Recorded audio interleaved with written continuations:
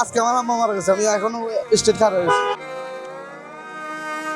প্রবাস জীবন ভাই আসলে দেশে ভালো, হিসেব করতে গেলে দেশে ভালো।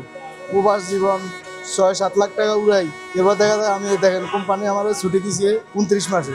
29 মাসে আমি কিন্তু কোনো কিছু হইতে না, আমি যে ঋণ করছি এই ঋণে শোধ করতে পারিনি। এর মধ্যে আবার আমার টিকিট টিকিট দিয়ে কোম্পানি এয়ারলাইন্স আবার মেরে গেছে, আবার দ্বিতীয়বার। তাহলে বুঝলেন, আর স্যালারি হয়েছে তো আপনি জানেন বর্তমানে বাঙালি স্যালারি কত, 1200 টাকা কি হয় বলেন, না ওভার টাইম না কোনো কিছু।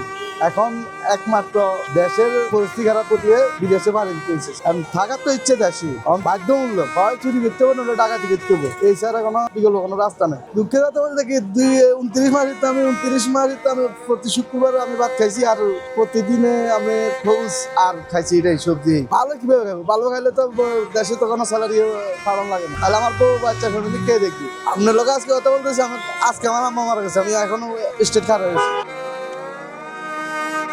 এখন কি করবো, এদিক যাবো না ওদিক যাবো বলেন, কন্ট্যাক্ট করবো আমি এখন কোন জায়গায় আছে আমরা বুঝবেন, অবস্থান কোন জায়গায়। ওই দেশে 1200 রিয়াল কোনো ফ্যাসিলিটি দেয় না। বাংলাদেশে তো জায়গায় জায়গায় দুর্নীতি, টাকা দিব কাজ হবে, টাকা নাই কাজ নেই, এক কথা এটাই। বাচ্চা জন্ম দিতে এটাও পাপ এই দেশে, বুঝলেন।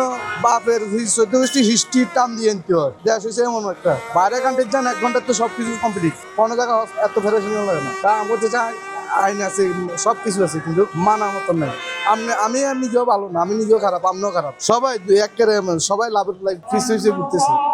সৎ ভাবে কোনো দুনিয়াটা এটা এরকম, সৎ থাকলেও থাকা যাবে না, চাইলেও চেষ্টা হলেও